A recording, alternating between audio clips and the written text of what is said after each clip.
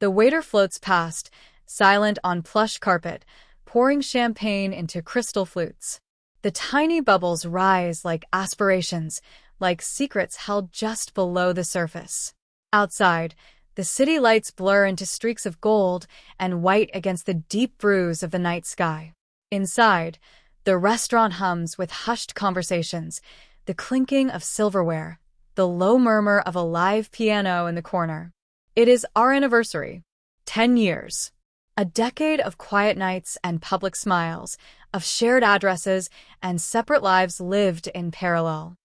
My husband raises his glass, his smile tight, performative. The kind of smile that doesn't reach his eyes. They are cold tonight, like the ice in his water glass. We clink glasses. The sound is sharp, final. My own smile feels brittle, ready to shatter. I take a sip of the champagne. It tastes like victory and ash. He leans forward, lowering his voice, but the words slice through the polite noise of the restaurant. You know, he says, his gaze sweeping across my face, slow and deliberate. Most women wouldn't have made it this long. I wait. The air stills around us, the happy chatter of other diners fading into a distant echo. My heart starts a slow, heavy drumbeat against my ribs. He takes another sip, his eyes still on me, assessing, judging. You're lucky, he adds, the word dripping with contempt. You're really very lucky I stayed this long. It's not just a comment.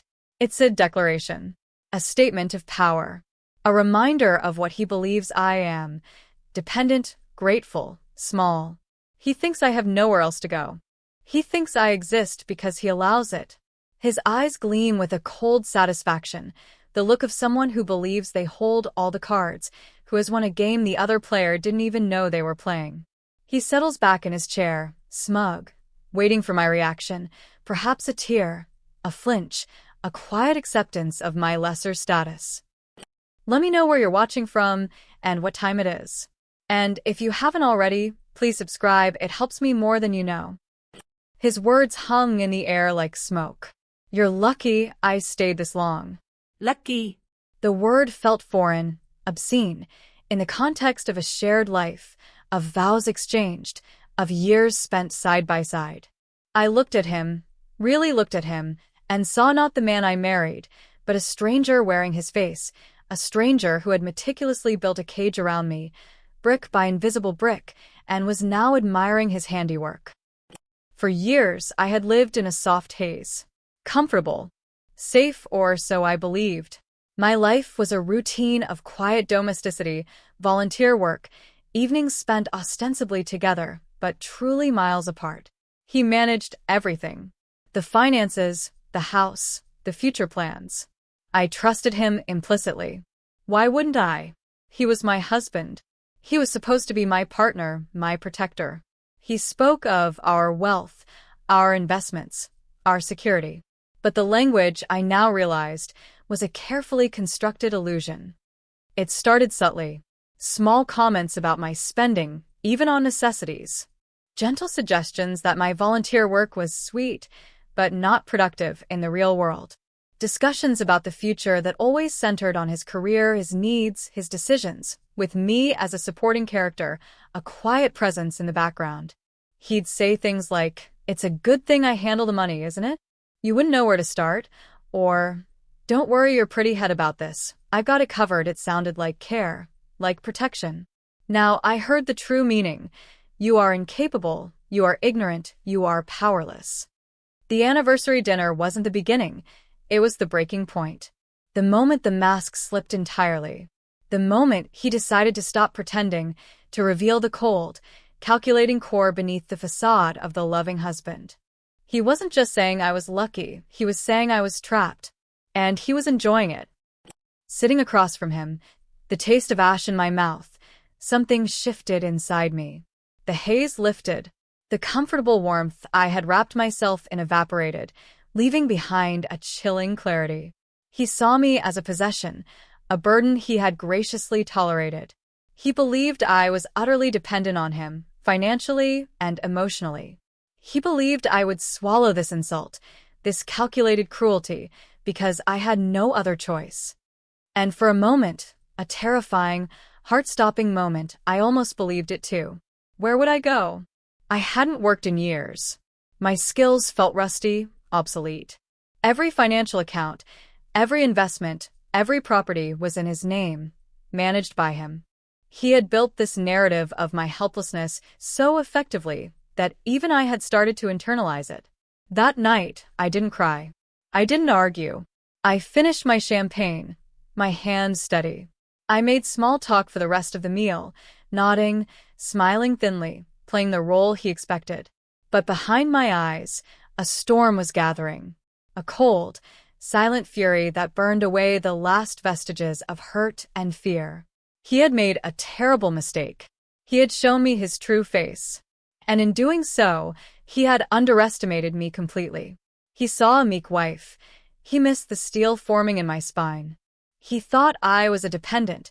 He failed to see the quiet observer who had learned more than he ever realized about the intricate web he wove. He believed his control was absolute.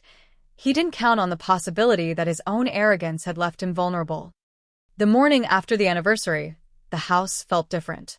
The silence was heavy, suffocating. He left for work as usual, a perfunctory kiss on my cheek, already forgotten before he reached the door.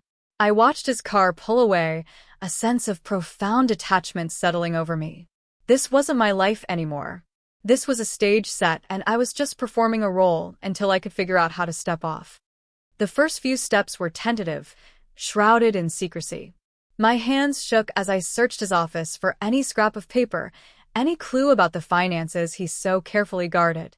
Bank statements, investment reports, property deeds. Anything. He was meticulous, infuriatingly so, but even meticulous people leave trails. A crumpled envelope in the trash, a forgotten receipt tucked into a book, a half-burned document in the fireplace. I gathered them like scattered breadcrumbs, piecing together a puzzle of numbers and names and accounts that meant nothing to me yet, but felt vitally important. The hardest part was the fear. Every creak of the floorboards, every car passing outside, sent jolts of adrenaline through me. I felt like a spy in my own home, a criminal plotting against a man who slept in the same bed. The emotional toll was immense. Pretending normalcy while my world was shattering, while I was actively working against the person I had sworn to love, was a constant, exhausting performance. I smiled at him across the dinner table, discussed his day, listened to his casual dismissals of my own life, all while my mind was racing, cataloging, planning. I quickly realized I was out of my depth. The financial documents were complex, filled with jargon I didn't understand, entities I didn't recognize. Shell corporations? Offshore accounts? It was far more convoluted than I had imagined. His control wasn't just about keeping me ignorant, it was about making the structure so opaque that no one could easily unravel it. Especially not a woman he believed was incapable of understanding a simple balance sheet. Finding help was another hurdle. I couldn't ask friends. It would get back to him. I couldn't walk into a local lawyer's office. It felt too public. I needed someone discreet, someone sharp, someone who understood complex financial structures and, crucially, someone who wouldn't dismiss me as just another wife looking for a bigger settlement. I spent hours online late at night after he was asleep, researching, comparing firms, reading reviews, looking for keywords like forensic accounting, complex assets, high net worth divorce. I found her profile late one night. Elena Petrova. Her firm specialized in financial investigations in high-stakes divorces. Her website didn't promise easy wins or emotional support. It promised results. It spoke of tenacity, of uncovering hidden truths, of navigating labyrinthine financial structures. Her photo showed a woman with piercing eyes and a no-nonsense expression. She looked like someone who wouldn't be intimidated, who wouldn't be fooled. Contacting her was a leap of faith. I used a burner phone I bought with cash, met her in a neutral, anonymous location, a busy coffee shop far from our neighborhood. My hands trembled as I handed her the messy pile of documents I had gathered. She took them with a calm efficiency, her gaze steady and assessing. I explained my situation, the anniversary dinner, his words, my fear, his control. I told her I didn't just want a divorce, I wanted independence. I wanted to dismantle the cage he had built and walk away on my own terms. She listened patiently, asking precise, pointed questions. Not about my feelings, but about dates, numbers, names, locations. When I finished, she was silent for a long moment, shuffling through the papers. "It's complicated," she said finally, her voice low. "He's been very careful. But not perfect. Nobody is." She quoted me a fee that made my stomach clench. It was substantial. Money I wasn't sure I could access without him noticing. But it was an investment in my future, in my freedom. I nodded, a sense of grim determination hardening my resolve. "I'll find it," I said. "Whatever it takes." The following weeks were a blur of covert operations. I opened a separate bank account he didn't know about, slowly transferring small amounts of money from a joint account he rarely checked, amounts small enough not to trigger any alerts. I sold a few pieces of jewelry he never noticed I wore. I was resourceful, driven by a desperate need to fund my escape. Elena's team began their work, a silent, invisible force digging through layers of financial deception. She warned me it would take time, that it might uncover uncomfortable truths. Every meeting with her was clandestine. Every phone call carefully timed and made from the burner phone. The tension in the house became a physical weight. I watched him, seeing the arrogance in his posture, the dismissiveness in his tone, and the anger simmered beneath my skin. He continued to make casual remarks about my lack of financial acumen, my dependence, reinforcing the narrative he believed was true. "Are you sure you turned off the lights, dear? Don't want to waste electricity, do we? Costs money, you know." Or, seeing me struggling with a small household repair, "Good thing you have me around to handle the real work, huh? Some things are just beyond you." Each comment was a tiny twist of the knife, but now, they fueled my resolve instead of deepening my hurt. He was so confident in my supposed helplessness, so blind to the silent war I was waging. Elena's updates were sparse, but significant. They confirmed my suspicions and revealed depths of his deception I hadn't imagined.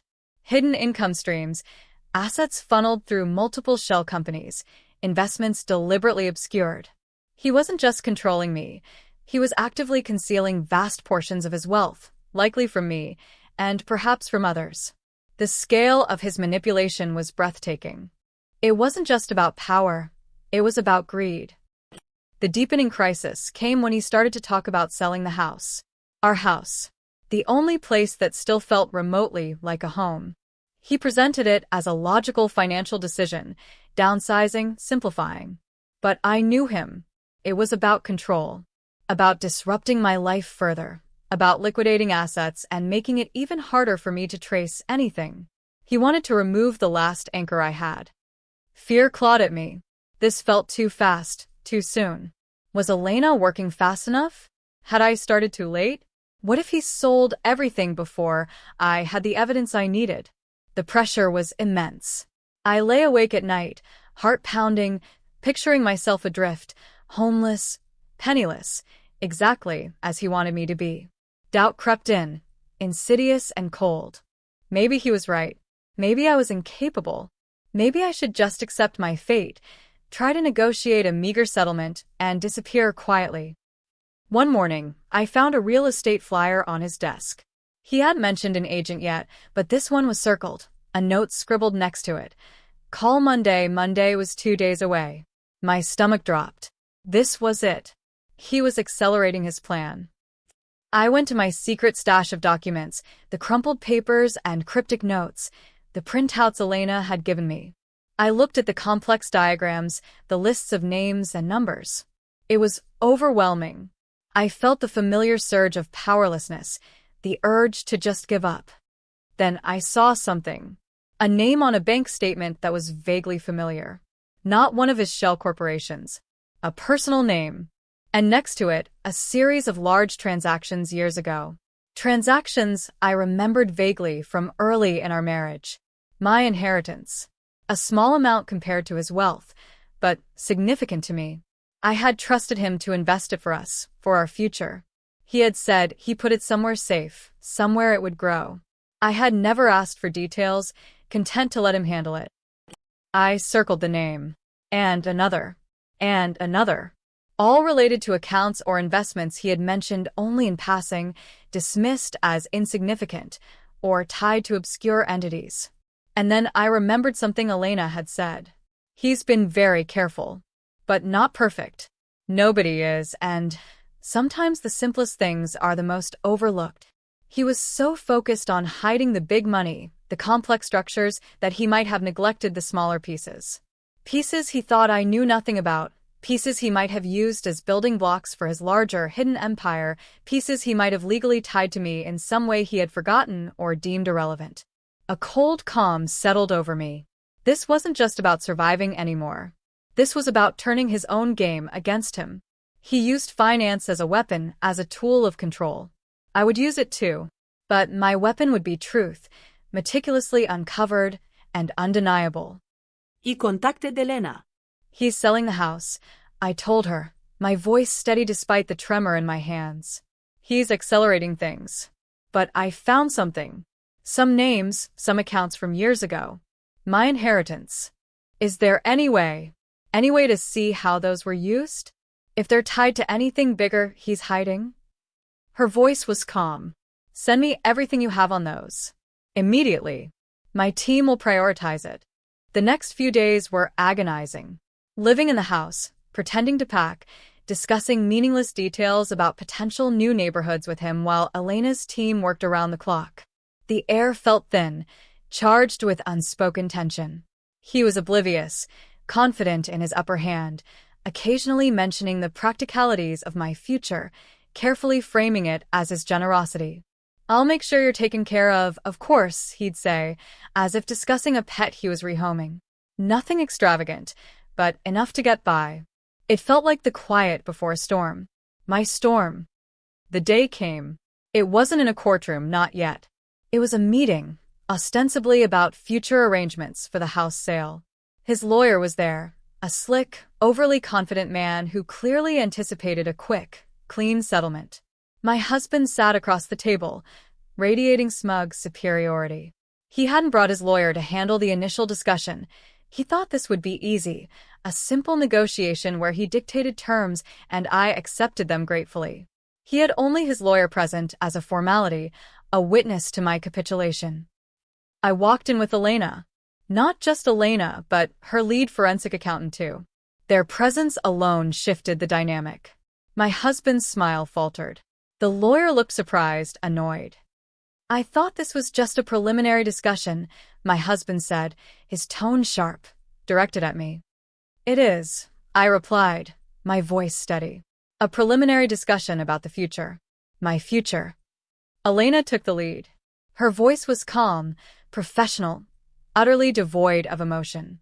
She laid out documents on the polished conference table. Financial statements, deeds, corporate filings, spreadsheets dense with numbers. She didn't use legal jargon. She used the language of finance, clear and irrefutable. She spoke of his hidden income streams, the assets funneled through shell companies, the offshore accounts. She detailed the properties he had acquired without my knowledge, the investments he had made using funds he had concealed. As she spoke, his face grew pale. The smugness evaporated, replaced by disbelief, then anger, then a dawning horror. His lawyer leaned forward, his eyes darting between Elena and the documents, a frown deepening on his face. This was the deepening crisis for him. Everything he had so carefully hidden, the foundation of the power dynamic he wielded over me, was being systematically exposed. The papers rustled as his lawyer frantically reviewed the documents Elena had provided, his whispered questions to his client growing more urgent. Then Elena got to the part that was the real turning point. Not just uncovering his secrets, but revealing how his own actions had created my path to victory. She detailed how he had used my inheritance, the relatively small amount I had given him years ago, not just to invest, but as seed money, leveraged and funneled through several layers of his complex structure. He had buried it so effectively within his larger scheme that he must have forgotten its origin, its legal ties back to me. And because he had intertwined it with other assets in specific ways, according to the very complex financial maneuvers he employed to hide money, Elena's team had been able to follow the trail. They had not only traced my original funds, but shown how they were directly linked to a substantial portion of the hidden wealth. Furthermore, his attempts to hide assets involved certain legal structures that, while obscuring ownership, inadvertently created a complex ownership chain that, when untangled, gave me a surprising amount of legal standing to claim not just my original inheritance, but a significant percentage of the entire intertwined pool of assets. His own convoluted system, designed to hide money from everyone, had created a loophole only Elena's meticulous work could find. Elena looked directly at his lawyer. Based on the forensic audit and tracing of funds, she stated, her voice clear and resonant in the silent room, we contend that a significant portion of the assets currently held within these structures are directly traceable to funds belonging solely to my client prior to the marriage, or represent growth and reinvestment directly derived from those initial funds, further complicated by your client's use of specific legal entities that convey certain rights to parties whose funds were utilized in their formation, regardless of subsequent attempts to obscure ownership. The audit shows conclusively that due to the specific structure Mr. Husband's last name employed, my client is not only entitled to the return of her initial investment, but has a strong legal claim to 45% of the total assets currently held within the documented entities. 45%. He froze. The smugness was gone. The anger was gone. Only pure, unadulterated shock remained. His jaw went slack. His eyes, moments ago cold and calculating, were wide with disbelief. He looked at the documents, then at Elena, then at me. He tried to speak, but only a guttural sound came out. This was the climax. The air crackled. His lawyer looked equally stunned, flipping through pages, his face a mask of professional alarm. He had clearly come expecting a simple negotiation, not a full-blown financial dismantling of his client's hidden empire based on the very system his client had built to protect himself. He hadn't just been caught hiding money. He had been caught using my money, the inheritance he had dismissed and buried, as a foundation for his hidden wealth.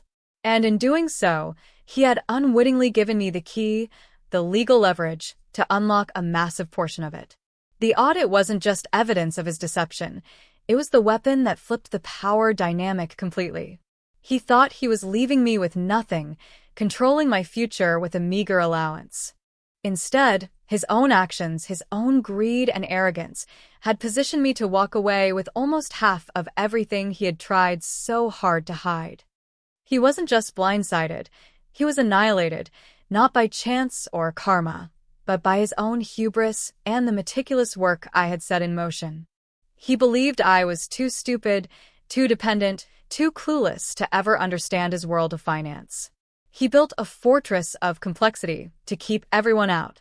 But he used my foundation stones, and I, with the right help, had found the secret passage only visible from the inside. The silence in the room stretched, thick and heavy. My husband looked like a man who had just seen a ghost, or perhaps the complete and utter collapse of his carefully constructed reality. His lawyer recovered first, his voice tight. We were not aware of this level of detail. We'll need time to review this. Elena nodded calmly. Of course. We've also filed protective orders and alerted relevant authorities regarding potential financial malfeasance, given the extent of the undocumented assets and structures. That sent another jolt through him. Not just losing money to me, but facing legal repercussions for his actions. He had been so focused on controlling me, he hadn't considered the wider implications of his financial dishonesty being exposed. I watched him, feeling a strange mix of emotions. Vindication, yes, a deep, bone-deep satisfaction, but also a profound sadness for the years I had lost, for the trust that had been so completely shattered. He had belittled me, controlled me, tried to render me powerless. Now, he was the one who was powerless, facing not just the loss of a significant portion of his wealth to the woman he scorned, but the potential legal consequences of the very actions he took to maintain control. We left shortly after. Elena was efficient, packing up her documents, giving me a brief, almost imperceptible nod. Outside, the city air felt crisp, clean. I took a deep breath. For the first time in a long time, I felt free. The divorce was messy, protracted, and exactly as Elena predicted, fought tooth and nail by him. He couldn't believe what was happening. He raged, he threatened, he tried to negotiate, but the evidence Elena had compiled was irrefutable.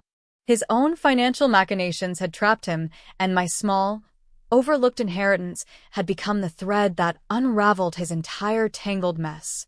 He lost the significant percentage Elena had identified, and more, due to legal fees and the various penalties associated with the exposure of his hidden assets. I didn't just walk away with enough to be comfortable. I walked away with more than I had ever imagined possible, thanks to his own greed and my quiet persistence. The man who thought he held all the power, who mocked my supposed dependence, had inadvertently made me financially independent, and then some. Life, after the dust settled, was quiet at first. Strange. Like stepping out of a noisy, crowded room into an empty, silent landscape. The house was sold, but on my terms, the proceeds divided according to the settlement his own actions dictated. I bought a small apartment overlooking a park. It was mine. Every stick of furniture, every book on the shelf, every pot in the kitchen, mine. No hidden agendas, no invisible calles. The hurt from his betrayal lingered, a dull ache that surfaced unexpectedly, like a phantom limb.